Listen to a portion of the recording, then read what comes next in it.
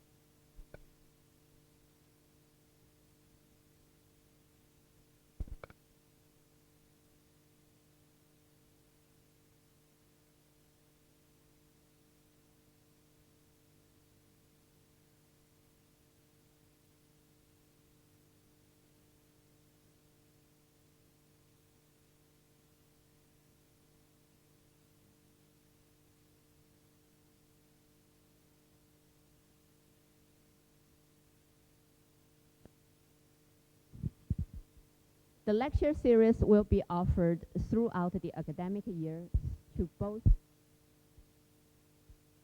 as the public audience.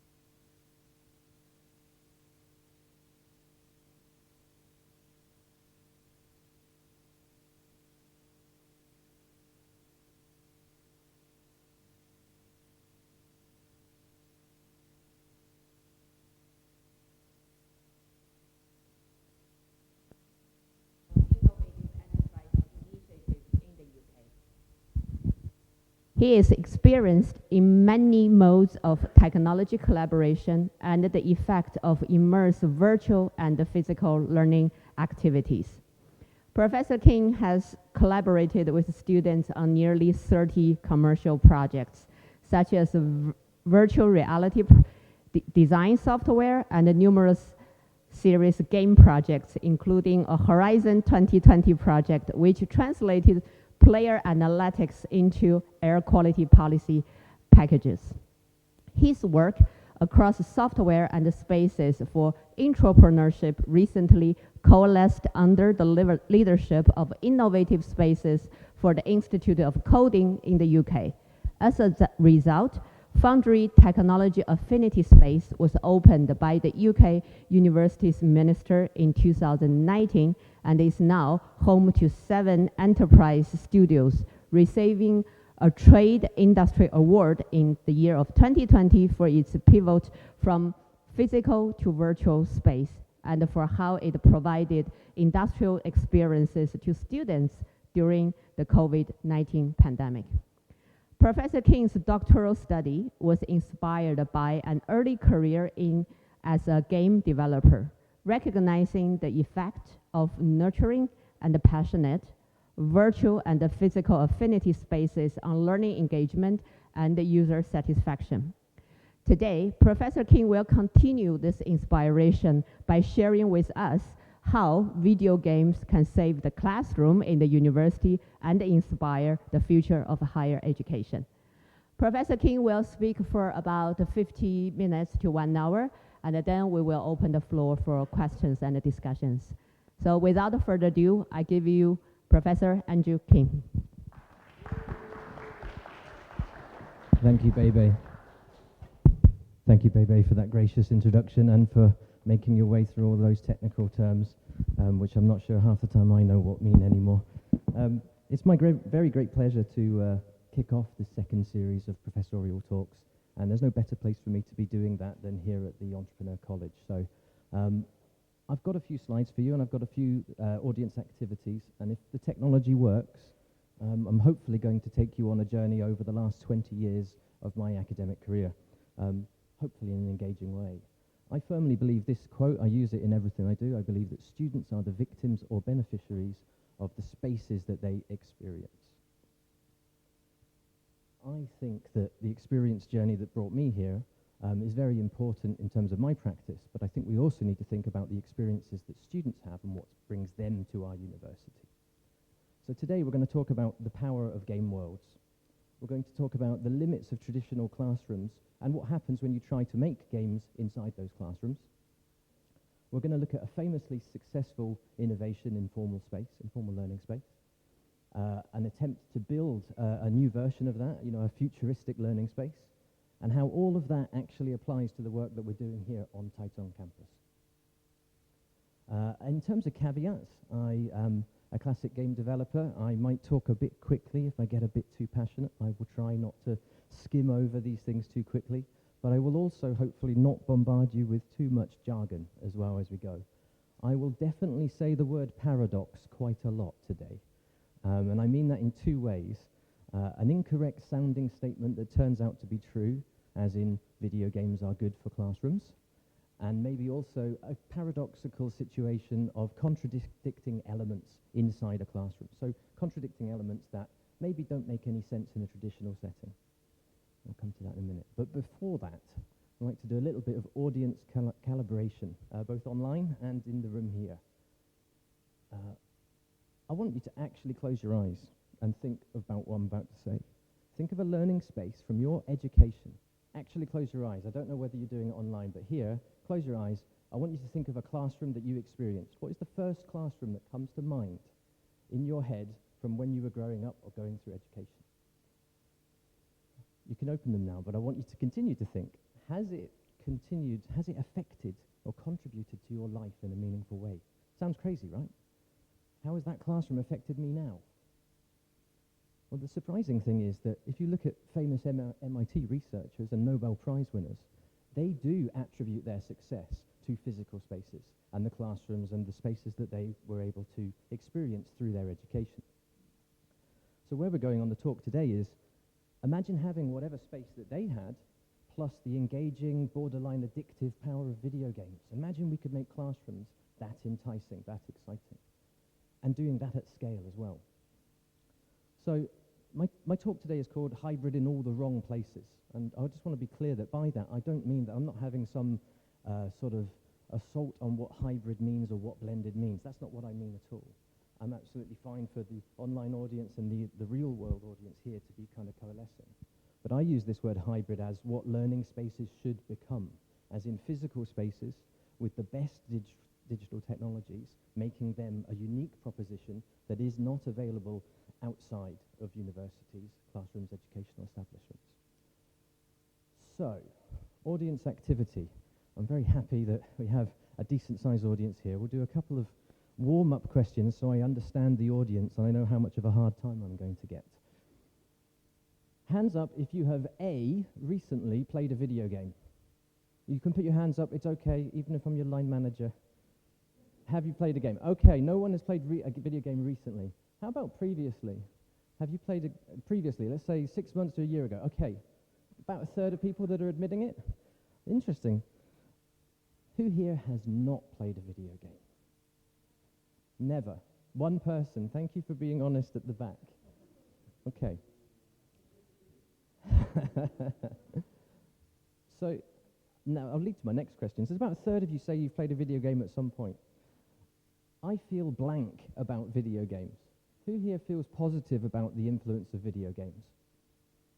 Okay, a few people. It's good to see. I'll go to the prize in a minute. Who's neutral, on the fence, neither positive nor negative? Okay, a few people on the fence. Okay. Who's actually negative about video games? And be honest, you know, you're worried about their influence, you know, the addictive natures. Who's negative about video games?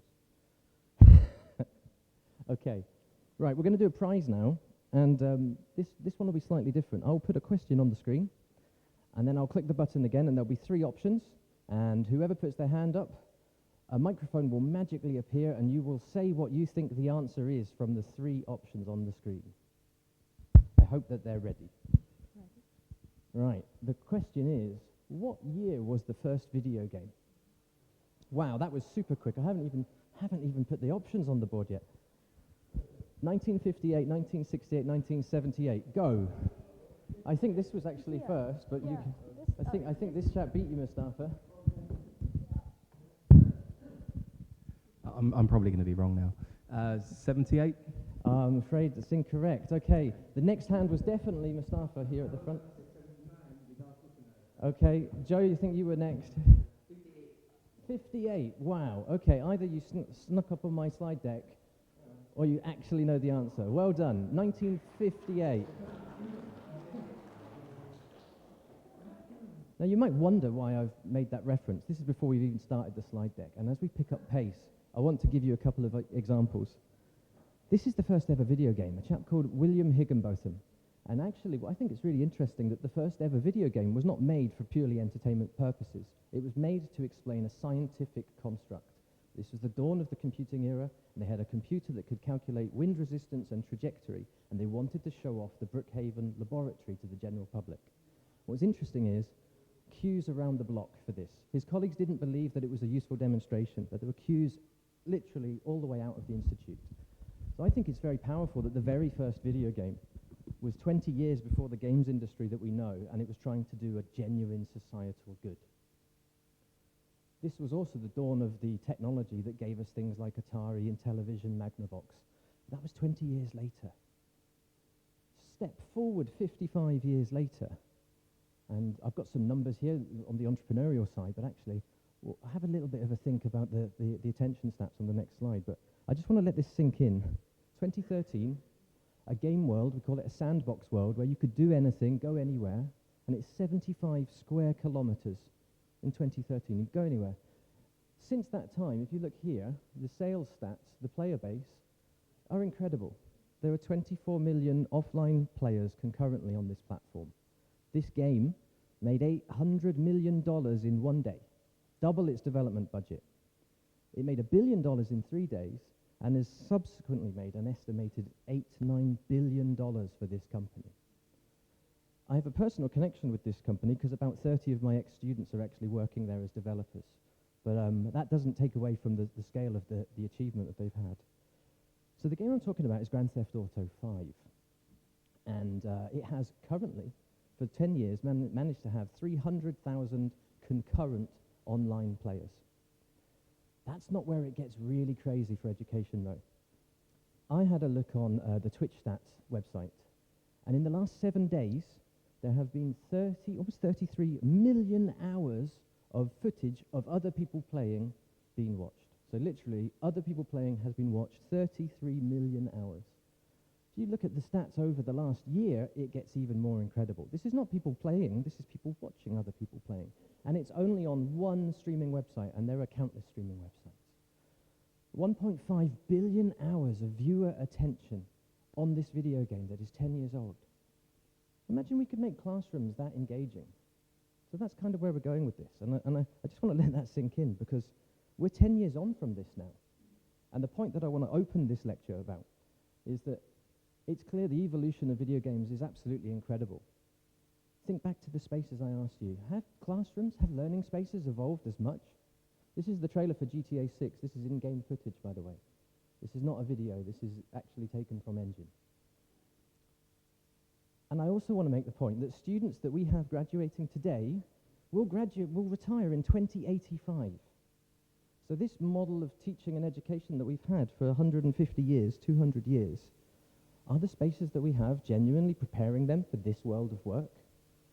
I actually think it's quite hilarious that the students that we are currently teaching will retire after all of our cyberpunk games and movies.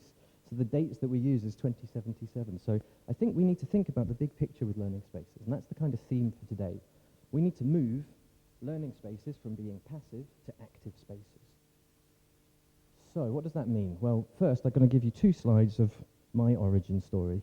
I grew up in the 1980s in the UK, and home computers were everywhere. There was a bit of a boom of home computing. Cheap computers that you could teach yourself coding. And I had one of these, a BBC Micro. And I actually had that book as well, Basic Computer Games. So in a rainy Scotland, I was literally sitting on the weekend and learn how to make video games. As I got older, I aspired to make these games myself. And I really wanted to work in industry and be part of making these amazing, interactive spaces. And I worked hard, and I got my degree, and I managed to get a job working for Sony, and I worked on these PlayStation 1 games. Yes, PlayStation 1, that's how old I am. And it was an amazing experience, and it's a foundation of everything that I've come to believe about video games. But the power of video games and seeing these entertainment products changed my reasons for wanting to make them. I wanted to make them for different reasons. And another very old definition here is something called serious games. Like the original video game that I mentioned from 1955, this is a 1970 book called Serious Games, and it's about interactive experiences for primary purpose other than entertainment. So it can be entertaining, but the primary thing is it has to do some sort of societal or educational good. So that meant that I left the games industry and I went into academia. I taught games technology, I ran a creative technologies department, and I started working on innovative classrooms. Towards the latter 10 years of my time in the UK, I worked on knowledge exchange and doing tech innovation for startups, SMEs, and major blue chip firms. So what we have in prospect, and that little preamble of 10 minutes there really is just setting the scene. We've got 5 quite short chapters. One is on game worlds. One is on a game development company that was part of a curriculum that we set up. One is an innovative space that was very, very famous. And the other one is the space that we built, trying to mirror it, recreate it. And finally, it's what we're doing on this campus that's based on that work. It's also a travel through the past, present, and future of learning spaces. I say past, we know this is some time ago. Present is what we've got running in the UK, and the future is what we're trying to do here on campus. So, chapter 1. I'm not going to talk about game mechanics particularly, the actual interactional things that you do. I want to focus on game worlds and why so many billions of hours are being watched of these worlds. And I want to think about how learning spaces can actually benefit from this technology. So the first thing to say about game worlds is that they host the games themselves. That's where the actions take place. The primacy of video games is their interactivity, and interactivity can be measured. Interactivity is put very, very simply as the quality of a conversation between the player and the game's systems. How much of what I can do in that game can be reflected back to me in a response by that entertainment software. And I think it's very interesting because we talk about a classroom interaction and I'm sitting here giving you my opinion, but actually that's very different to how game worlds make us feel. So I think really I just want to say that the quality of that conversation is very important. If you don't have a reciprocal reaction from the world, from the classroom, then you don't suspend your disbelief, you don't engage as deeply. I'll give you a very simple example. If I'm playing a racing game and I do a massive drift, I expect tire tracks, I expect particle effects off the rubber, off the tires, I expect smoke, I expect the sounds of that car. If I don't see any of that, if the space doesn't react to me, then I can't possibly buy into it.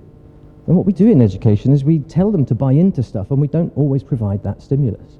If I crash my car through a wall, I expect the car to be damaged. I expect an instant response. If I'm playing a shooting game and I fire the gun at a wall, I expect a hole, smoke, recoil. These things actually matter. And they are possible in a mainstream learning space, but not in this way, and that's what we'll get to that. Game worlds are also really important. There's something called an emotional reality. And actually, you think about what we want our students to become when they graduate. That's their emotional reality. There's a direct parallel here. When you connect with something, you can try things out in those spaces, in those worlds you wouldn't dream of doing in the real world. And it is possible to bring some of these elements into the classroom. So roles, identities, professional identities, the belonging and identity that players have for the games that they love. Again, wouldn't it be great if we could bring some of those things into the classroom? So they loved coming in, they loved being in these spaces. Well, it's possible. I'm going to give you another real-world example about an emotional reality, but using sound design. So whether you know the game, Fortnite, or whether you know Arnie here, and you've watched Terminator 2, everyone can imagine what that shotgun sounds like in that movie. Now you'd think to make that recording of that audio, they would just put a microphone next to the gun and record it from different angles. But films are not simulations, they are emotional realities. They are uplifted, they are magnified. And actually what they really did to create the sound of that gun is take two gigantic military naval cannons and put them in a canyon and recorded it. So next time you watch that film, listen to the shotgun. How many times bigger, larger than life is that cannon than that gun? And that's what education should do about how we make our students believe what they are doing, what they are going to become. So here I just want to say that games are larger than life and learning spaces can be a bit larger than they currently are. Here's that word paradox that I mentioned. Games are also paradoxical in how they are safe but dangerous. In these worlds, the world makes you feel like there's peril at every corner. But if the game was too stressful, people wouldn't play it. There's saving mechanisms. There's ways to, wind back time. So you have this paradox of safe but dangerous. And safe but dangerous speaks about the will of the players to experiment, to try something. And I want to think of it this way, it's that risk-reward, it's that idea. Do I go this really complicated way? Actually, it's not even about the game. It's in the supermarket. You really see the product you want. You can get the ladder. You just stand on your tiptoes. You can probably get it. Games are great at that, and we want our students to stretch themselves like that as well and push themselves. So there's a lot of stuff going on in a game world to advance the overall plot, to advance the overall interaction. But there's also invisible stuff, and the biggest stuff in games and game worlds is the stuff that you don't see. There's a phrase in game development called game oil and game juice. Oil is literally like the oil in your engine. It's how slick the different major states and elements and systems of your game interact and work with each other. And if it's working well, like your car, you're not thinking about the engine. You don't see it. It's invisible. The superficial stuff is the stuff that makes the game feel 10 times more special. It's the thing that's greater than the sum of its parts. The juice is the flourish, the extra layers, the graphical effects, the sound effects, and they make a big difference. And again, think about our learning spaces here. So they're also where skill meets challenge, and I think this is the most important point of the original kind of rationale for game stuff. It's called flow. Who here's heard of flow theory in various walks of life? Okay, three people? Okay. This happens outside of games. It happens everywhere. It's an ideal situation. It's called optimal experience. And it's basically when you lose track of time because you're doing something that you are so engaged with. You lose self-consciousness, you have feelings of great satisfaction, and it occurs anywhere. Skateboarders, marathon runners, parkour athletes, they've all got studies into flow and how they lost track of time because something was perfect. If you think about what I mean by perfect, well, I've got an example here. The parent shouting at the kid to come and, their dinner's ready, and they're so absorbed. It's not necessarily that they're ignoring their parent, they just haven't heard because they're disconnected, because they're in a state of flow. And this is something that we can design for. This is something that game developers design for. Flow happens, and it's not a perfect balance, it's just unbalanced, it's just at the edge. Where the skill of the player versus the challenge of the game. As the game gets tougher, the player's skilled. As they proceed towards mastery, they get better. And there's this brilliant thing in the middle called the flow channel. Anything that happens in that gap there is awesome. If you have this in your classroom, it means that your students are so engaged, students are so loving what's going on, their ability is meeting the challenge. But doing this at scale is quite difficult. With hundreds or thousands of students, it's actually going to be incredibly difficult. But flow is the primary reason why games work and why games are an attention economy. There's only two reasons, really, other than your mum asking you to come and have your dinner. There's only two reasons that you stop playing a game. Anxiety, the game is too tough, the game is too difficult, or boredom, it's not pushing me enough. So this proportion, this very simple kind of graph here, is a fundamental. And it's very difficult to do in mainstream education.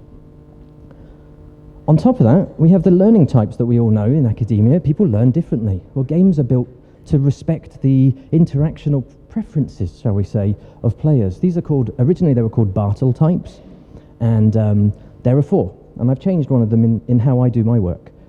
One is the socializer. This is someone who plays games because of the social aspects. They like to talk, they like to chat, they want to talk to their friends about how they did with it. Then there's the achiever player type. The achievers really only care about getting 100%. Whenever you play a game and it says collect 100 tokens, that's the achiever player type.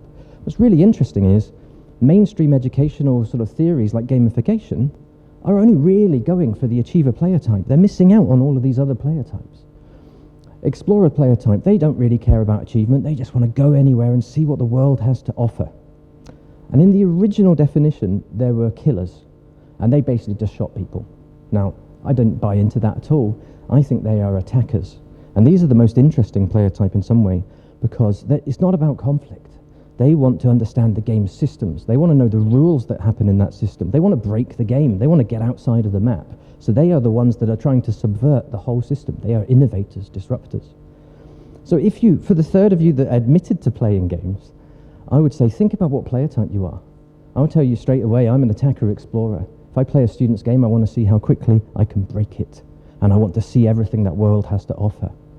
But I'm not a traditional learner, and I wouldn't get at that thing out of get me 100 points, get me a gamer score of 1,000. So, in a summary to this first chapter, I want to say that classrooms don't support different player types, different student types. They don't scaffold emotional realities. The physical spaces don't make them feel more like they're going to be doing well in industry. They don't catalyze sustained flow, and they don't allow students to carve out their own agency.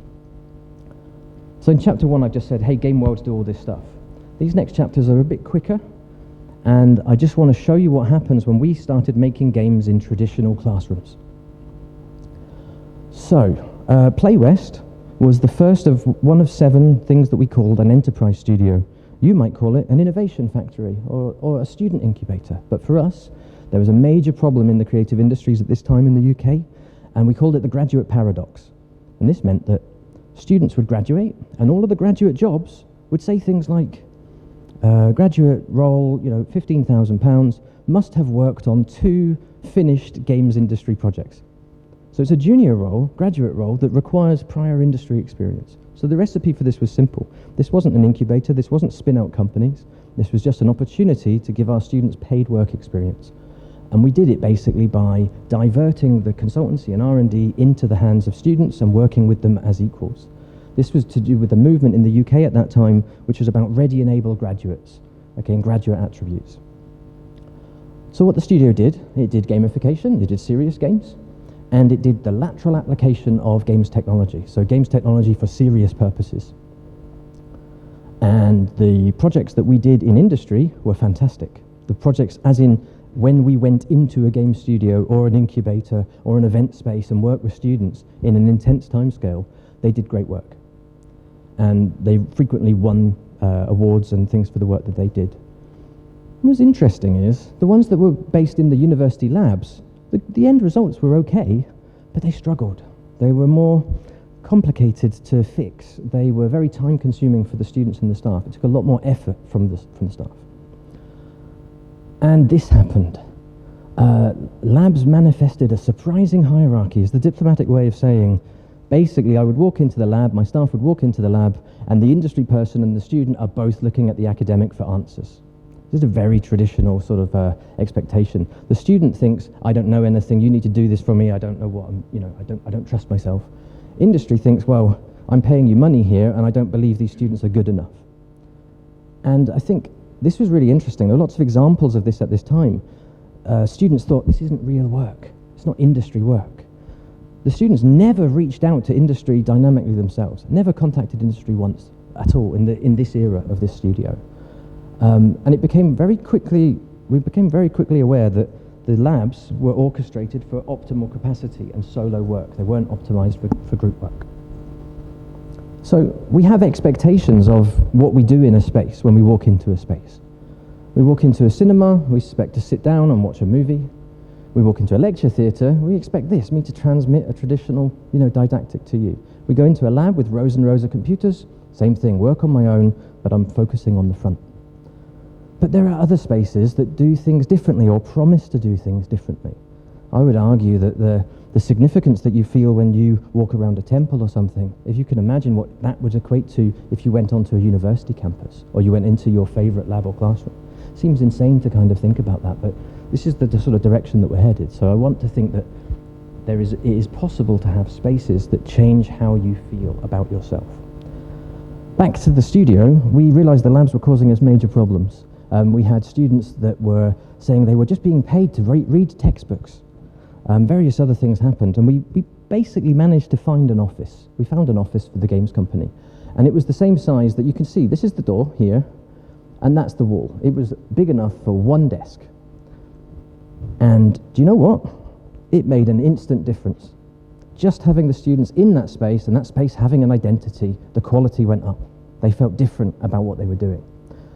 Within that year, 2017, moving into the lab, we did VR cybersecurity training, we did VR training platform for the construction industry and hire industry in the UK, we did factory design software for Rolls-Royce, we did anti-money laundering VR experience, and we also made a cybersecurity game which had a playful pun brewed for us. We even had our own beer. So it was a good year. Things went up. We also started using what we call TEAL spaces, TEAL space, Technology Enhanced Active Learning. This is a 2004 MIT term. And it started to build a sense of identity in the students and the cohorts more widely. This is a game that we all worked on, and a very young me here, we all worked on in the 2016-17 Global Game Jam. And this is a game where you make breakfast before the time runs out. Very simple. But there were problems in the background. We had a tiny room, but we now had 7 enterprise studios. I had nowhere to put these studios. So the obvious thing is, well, book a lab. It wasn't working, and I didn't want to have the problems that might have times 7 that I explained with the traditional labs. At the same time, there's this definition came out of entrepreneurship, and that's really what we do on this campus. It's the risk-taking, problem-solving, innovation, speculation, soft skills that underpin all industries. So we knew that we needed ready and able graduates, and we needed a space that would support 7 studios worth and about 10 different degrees worth of students. So going from 10, 20, 30 students to thousands of students. This made it quite a scary time for me, actually, because suddenly, as a game designer and an academic, I had to start thinking about blueprints and the design of learning spaces. So I set out to try and find relevant educational theories and also physical spaces that had existed before. At that time, I discovered this chap, Dan Coleman, and he's an educational consultant in the States. And he puts a very simple kind of statement out here. It says, the building is the teacher that's always there, and it wraps around the other teachers. So it's a 4th teacher in the room. And I want to think about that when we've got our campus. Our campus here should be the 4th teacher. It says what we're about. The spaces within it say what we're about. So when we're building buildings or labs, we should think about the spaces and the way that we build them, because it will directly affect the activities that happen inside that space. As he says here, a concrete statement of the learning that the school believes how, in and how it wants to happen. And again, that's what we have here at Jiaotong. A campus that is architecturally mediated to look like magnets facing out into the world to pull people in. The confluence of three rivers, meaning industry, society, and academia. So we have that potential, but we need to develop and push these spaces forward. So there's two theories. Well, there's technically three theories. There's only two theories that I'm going to stop on, and I'm not going to go... I'm a professor of practice, so I'm not going to go massively into the epistemology or the pedagogy. I'm just going to say there are two relevant learning theories that we found at this time. One is this James Paul G's affinity space, and it is a study of informal learning spaces outside of mainstream education. And actually, this academic has continually warned that the knowledge and the information available to students outside of education is going to, in time, outstrip what's available inside. And I think that's a very present and real risk when we look at AI and the online learning platforms and things that exist. So that's the one side of it. But actually, it's very difficult to make an informal space inside formal education. What you really need is a bubble or an other space.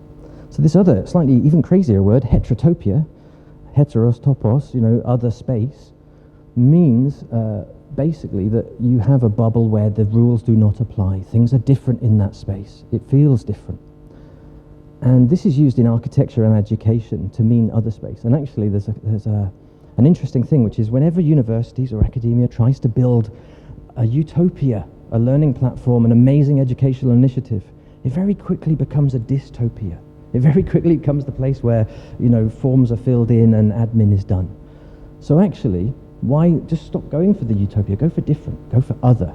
And our campus is a bubble, is a potential for a bubble.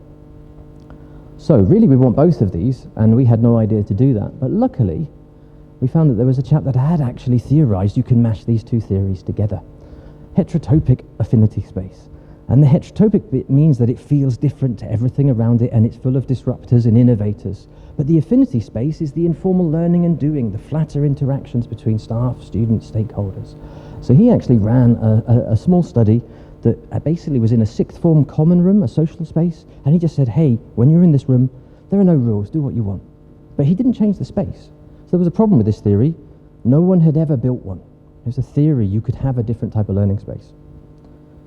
So I kind of knew what we had to do. We had an academic theory, we needed the connectedness, the informal learning, the excitement of making something shareable. We needed it to feel very different to the traditional way of learning and doing.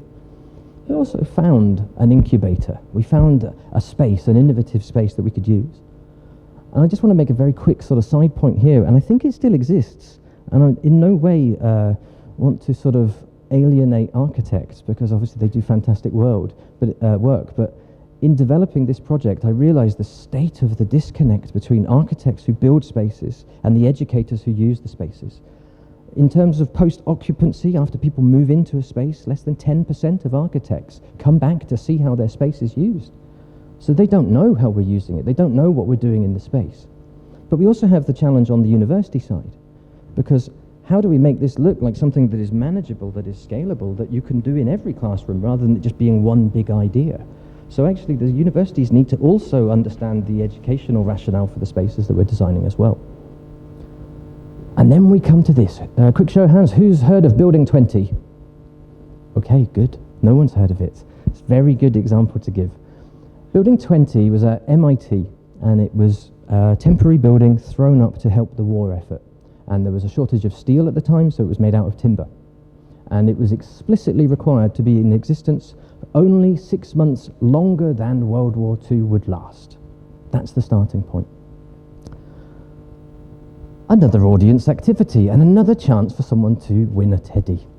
Right, there's two practices and then we'll have another show of hands. We'll see how you do on this one. Show of hands, how long did Building 20 last for? So I said it was 6 months after the war. I'm going to, just to show of hands, you're not going to get anything for this one. I want to see the audience response. Who thinks 5 years? One person thought 5 years. Who thinks 25 years? Okay. Who thinks 55 years? Okay, a couple more people. And who thinks 75 years?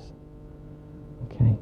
It's actually the same as the video game Higginbotham. It's 55 years is the answer to that one. Second question. What was Building 20's specialism? Radar and astrophysics, linguistics and education, physics and biology, computing and electronics, or something else? So very quickly, because of time. I'm just going to say A, B, C, D. Who thinks A? Who thinks B? Some people think B. Who thinks C? Okay, who thinks D? Okay, a few more people think that. And who thinks E? You've sussed my ruse. You've sussed me out. It is all of them. And I think that was what was powerful, because most people look at it and they go, that's a building. There'll be a subject in that. Not that there are all of these disciplines. And that's a fundamental way of thinking about learning space. Here's the actual quest. I hope you're ready now to react. How many Nobel Prizes came from Building 20? My venerable assistants are going to we're going to work out whose hand goes up first, second, and third for this one. I'm going to put the numbers on the screen in 3, 2, 1, go. I think Antonio was fastest there. How many do you think? Nope. Khaled, you were next. Correct. Second go. 9 Nobel Prizes from one timber-built construction that was only meant to stand for 6 months. And let's look at what they actually did. It's been called many things: magical incubator, plywood palace, idea factory, building with a soul, altar of creativity. But its basic layout forced collaboration. To get to your lab, you had to walk through the labs of other people. You bumped into people. The materials encouraged creative uses, and I'm being slightly diplomatic when I say creative uses. The building was made out of wood, and the type of things being built in this space often required a modification to the building. And because it was temporary, there was this idea that the building wouldn't exist in 6 months' time. The university didn't really care about the space. So basically people could just crack on and do what they wanted to the space, which just meant computer networks, all sorts of things were installed, maybe slightly under the radar. In terms of the people that you may or may not have heard that came through this, when I talked about Play West previously, I didn't really stop on that point that we talk about it as a fearless or a fearful space. This is about how students feel in the space. Well, fearless space is actually what Building 20 was. You might have heard of Bose speakers and acoustics. Bose is a very premium brand of speakers. They were founded there, and he accredited his success to the flexibility of the space and the freedom. The father of modern linguistics was based there as well, and similarly felt the less structured environment was why he was able to make the breakthroughs that he was. And then Rainer Weiss as well, he discovered gravitational waves, and the atomic clock has its origins in some of this space as well. So this stuff's really significant. For me personally, I want to stop on Seymour Papert because he came up with the notion of constructionism, learning by doing, learning by making. He basically is the reason why we have fabrication labs, fab labs, maker spaces, and also he created 2 of the experiences that from my childhood made me want to make things. Certainly in the UK, I'm not sure about internationally, we had these things called the Logo Turtles. Okay, academics of a certain age might know what these were. And these were these crazy little domes that could make noise and dance around and draw on the floor of your school hall, but you moved them through programming. And I was doing that when I was 5 or 6 years old. And I became a teenager. I got in, I was interested in like leaving sort of the Lego Technic kind of things, the robotics and stuff. He designed that as well. He created Lego Mindstorms. So this guy, a lot of what we do with game jams and hackathons and that kind of sort of democratized creation all come from, and again, he's a Building 20 resident. He was in there with these other guys at that time. And he believes the role of the teacher, or is to create the conditions for innovation and invention rather than for us just to deposit knowledge on people. And this is probably one of the more surreal ones, the Tech Model Railroad Club. What on earth? A bunch of guys playing with trains, guys and girls actually. This is probably the most significant one of the lot. It might manifest it as a model railway in MIT, but actually it is where the term hacking comes from. They hacked together technological systems, electromechanical systems. This stuff didn't exist. They made their own computing systems. They played pranks on the campus, and they were called hacks. So this building, this one building, not the institution, everyone you've seen came from one building, cramped space, thrown together. So also the home of open source development. If you're interested, if you're software development and you believe in open source, the telecommunications subcommittee of that club has it developed something called continuous improvement. which became the open source software platform sort of rationale. So lots of very big stuff came from here. And I mentioned the Higginbotham game at the start. That club in that space motivated a guy called Alan Kotok, and he did two things. He developed the university's first mainframes, the PDP-1, and he developed the second commercially successful video game, Space War. So you see this thread between technology driving games, games driving technology. And there's also a hacking club that came about after, but that's less relevant. So I had a problem. I had an educational theory, and I had a building that didn't exist anymore. So how would I build one? And what we did was we did an in-depth, very intensive case study of all of the alumni that came from that building, all of the events that were held to celebrate that building before it was demolished in 1998.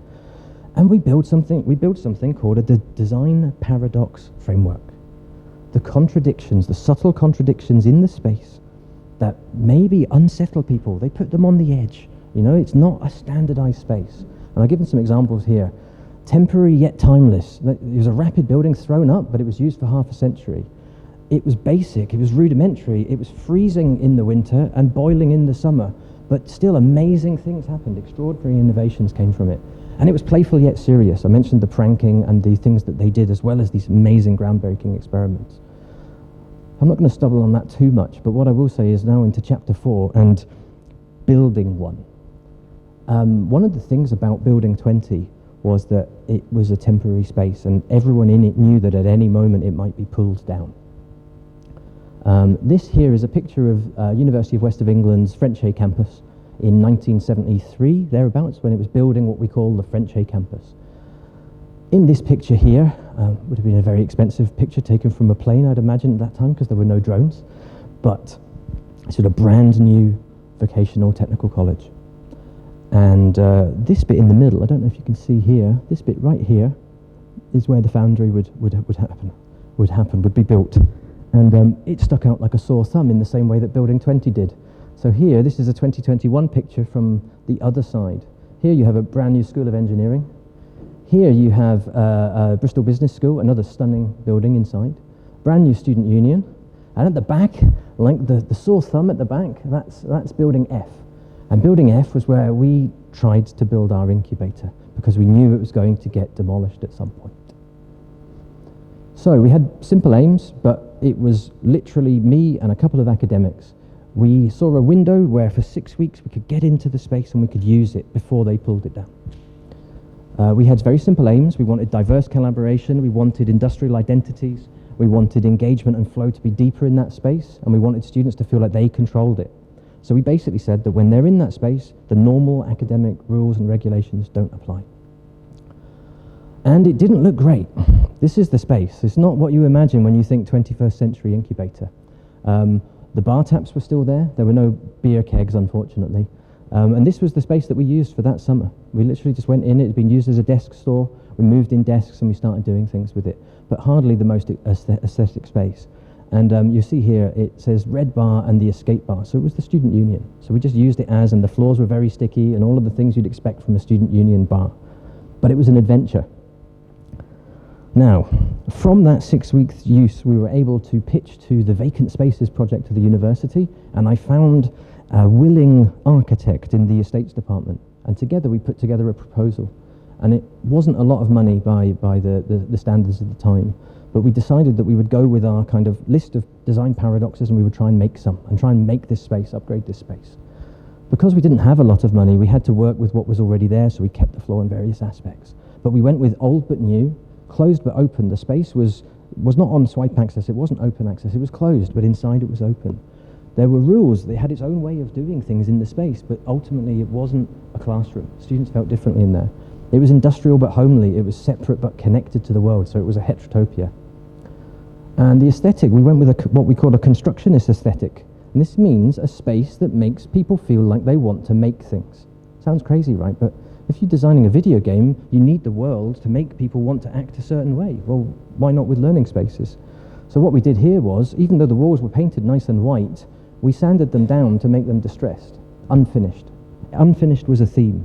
So you see here, this is called oriented strand board. This is just cheap plywood, like chipboard. But in that space, students want to make things. So this was the theme. On the bottom right, you will see the entrance to Building 20, and you'll see the entrance to our foundry. So we were trying to go for that aesthetic really as well. Now, in terms of the output and the quality, again, like when we gave Play West an office, when we put the studios in this space, there was a dramatic increase in quality, and not staff-driven increase in quality, actually, an autonomous, student engagement levels. They were just doing more. The two projects that really, there were many projects, there were 120 odd projects, but the two projects that I want to focus on from the first phase of the Foundry was a STEM educational game that myself and 4 students worked on to allow you to rebuild any of the famous land speed record cars and then basically compete in a kind of scrap heap challenge, junkyard experiment to build your own rivals to these cars in 3 minutes. And this was the first thing, and this got the attention of the Bloodhound SSC team. Bloodhound SSC is a car designed to do 1,050 miles an hour. So this was quite exciting for the students to be involved with. And it led to a second project to prototype the telemetry for that car. That car has to go across the desert flats, and it has to do it twice, and it has to turn around in less than an hour. So it's basically a train with no track. And they needed software that could look across the 609 sensors in that car and tell them which bit to triage. Bear in mind, these are games technology students in Play West doing technology like this. So you can imagine the outcomes of the proximity of students to this project. This is the Bloodhound SSC project. Another project which unfortunately I think COVID maybe got the better of. But from a student engagement point of view, the impact was significant. And then really strange things started happening. And when I say strange, I mean there was additional boisterousness in this space. There was what I would call diplomatically off-topic activity. Random stuff would just start up, kicking a football around, flying a drone, playing a game, doing other things. Did not seem in any way like it was related to what they should be doing, but we didn't limit it. And I think the overall passion and nurture for the space and the belonging went up, and as did the quality of products went up as well. This was like kind of bad behavior, potentially bad behavior, and better products. Bit of a dilemma as an educator. So what we did was we planned to do a longitudinal study across all of the spaces we had access to. The traditional computer science labs, the teal spaces, the works. The works was a state-of-the-art co-working space built above the foundry that used all of the best commercial architects, universities' practices versus us. And what we did was, for the global game jams of 2017, 18, 19, 20, we went in an in-depth research project. So we had, for those 48-hour, I should say, game jams are a 2-day event where basically students get together and do more work in 2 days than they do in an entire academic semester. So they will make a full game project in 2 days. So this is a perfect lens, a perfect vessel for us to study the use of the space. So that's what we did. We put 360-degree cameras everywhere in the space. We ethnographically immersed ourselves in the space and watched what these students did in all of these spaces. And we looked for why they were acting the way they did. And at that time, we got phase 2 of the Foundry project. So this is an Office for Students project, which Bebe mentioned at the start in her introduction. And this basically meant that we were propelled into leading the UK universities on innovative teaching spaces. So the pressure was on at this point. And we basically had to undo a lot of the things that we'd done in the first phase to sort of make amends and get where we needed to go. We completed our list of design paradoxes, these unstable in-game things, building 20 things that we built in. And we definitely pushed very hard on things like the serious yet playful. The boardroom table is actually a 1950s bowling alley that I found in a reclamation yard. So it was built into the DNA of the space. You can see it being riveted here. We wanted to represent Bristol's industrial heritage. We wanted it to feel kind of retro and also future. And the results were pretty good for the money, actually. Bear in mind, there's no architects here. It's academics. Academics working with the builders, the contractors directly. So the paradoxes are all here. The chairs are from hair salons. The table is a bowling alley. You know, it's kind of cutting edge, but it's also homely and down to earth. So the products went through the roof at this point. I didn't need to do anything more. We were doing the Horizon 2020 project mentioned in the introduction, and this is a game that is writing air quality policy. This is students making a game that citizens in 6 different EU cities played, and it gave policy packages to their governments. So the scale and the responsibility of this was really big at this time. I also showed you that breakfast making game. Well, one of the largest YouTubers in the UK formed the Games Publishing, and we published that game through them. So even the little game jam projects that we had, They were spinning out companies and pushing them themselves. We were not an incubator. We weren't meant to spin out these companies, but it happened anyway. And I think that's really interesting. So there were challenges, there were problems, and this building gave us lots. Branding the space, buying things. How do you buy things that are second-hand, made, repurposed? This is not scalable. You can't scale this on a campus. Health and safety was an issue. We had creative use of things like, you can't quite see it, but here, this was a bench. We called this a bench, but really it was one of the sleeping pods, and it was used for that. People would climb up there, do a bit of work, or just sort of chill out. So health and safety, we had to make sure everything was completely kosher there as well. And obviously, IT services were our heroes and villains. I think here, I'm just going to say they're heroes, but I'm just going to say there, we had heroes and villains. And those that believed in the project helped us evolve it in ways that would just not have been possible in a traditional space. So we had some concerns, the behavior I mentioned already, but actually a similar problem that maybe we have when we talk about entrepreneurship here. We don't mean entrepreneurship that everyone is going to start a business. We mean that it's a set of skills and a mindset to solving real-world problems. Well, how on earth do you sell a heterotopic affinity space? You know, what was this? Was it incubator? Which pot was I going to put it in? So these were all problems. But it was a really rewarding time. And whilst there is several hundred hours of documentation, just from the 2019 Jam, I think there is 48 hours, 12 hours of audio transcripts. There's all sorts of data. So I've been indelicate here, and I've cherry-picked one which justified to you what the space is. But before I bring the points up, I just want to show you, this is a learning space without rules. They're using it how they want. There's no control here, so what you're seeing here is raw, untethered use of the space if there is no fear. If there's no formal education in the space. So, across thousands of responses, I want to sort of flag that the students in this space could feel the constructionism. See this quote, makes me think constructively. These weird bits and bobs in the space makes me feel different, think different. It also brings out the fact that you're doing this outside of education. Well, an affinity space is an informal learning space. The student here says it's not formal education, it's like you're doing your own thing. It's very different. It's very much at home, I feel.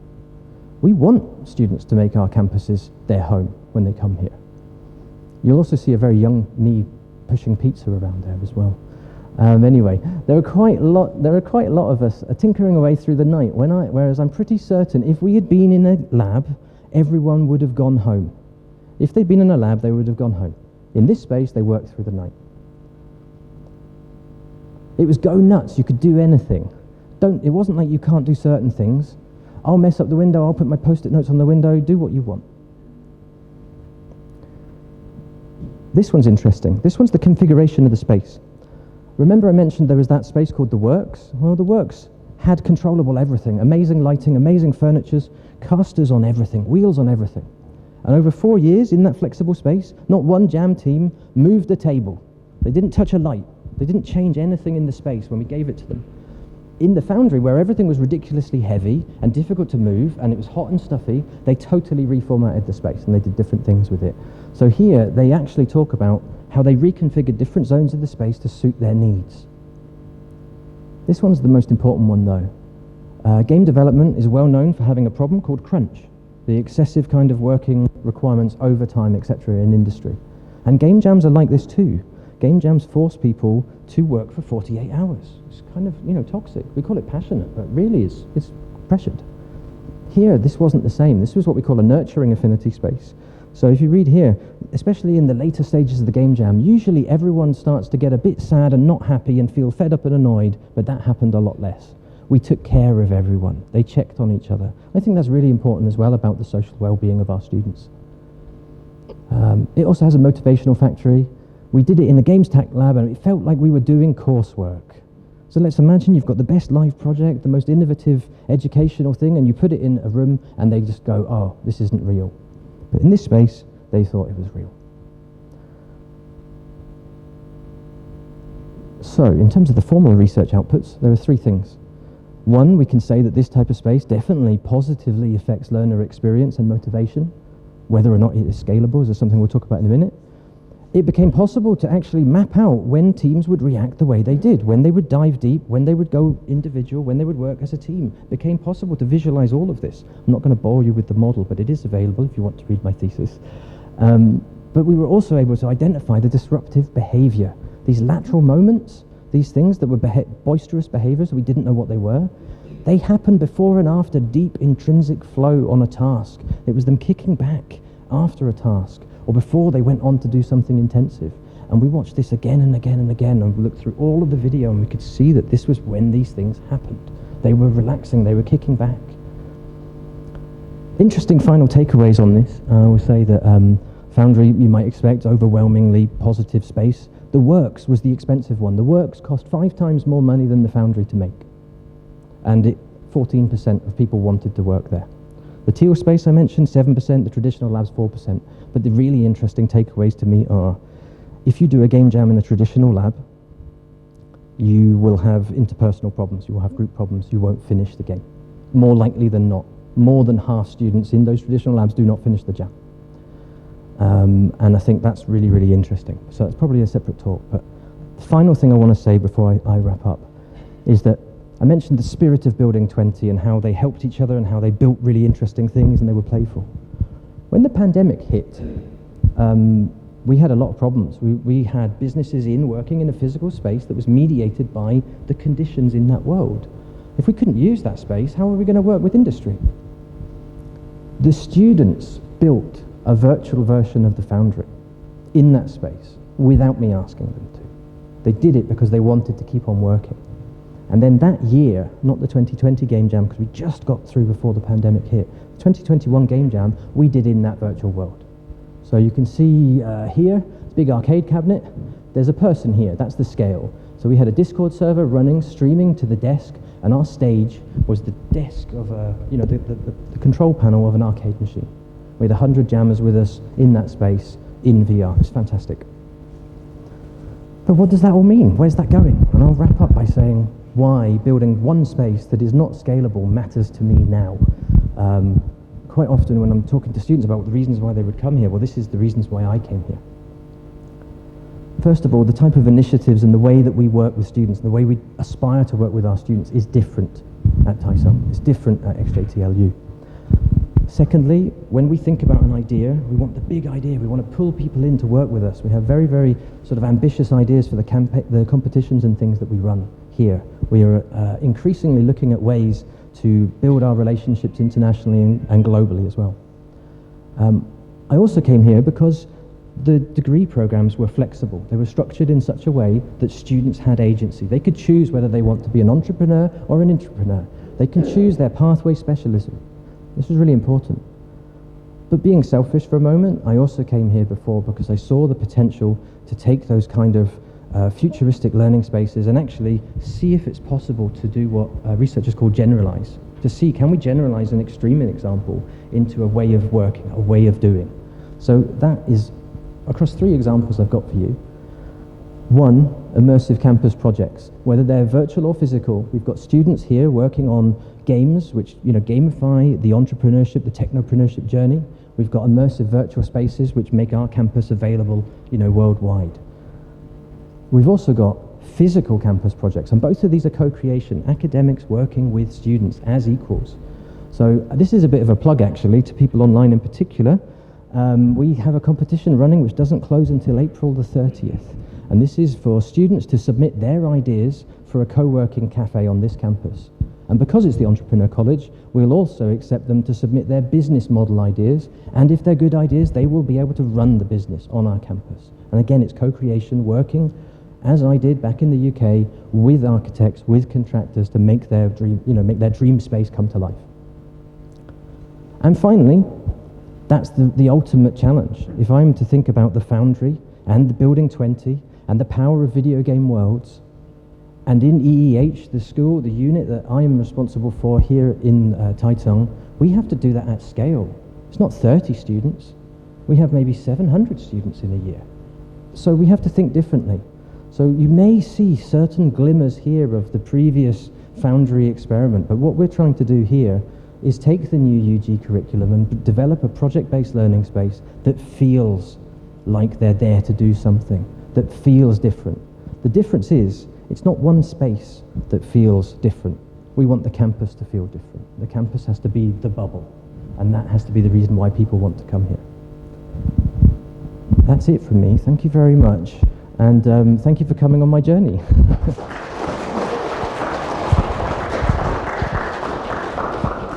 Thank you, Professor Andrew King, for such a stimulating talk.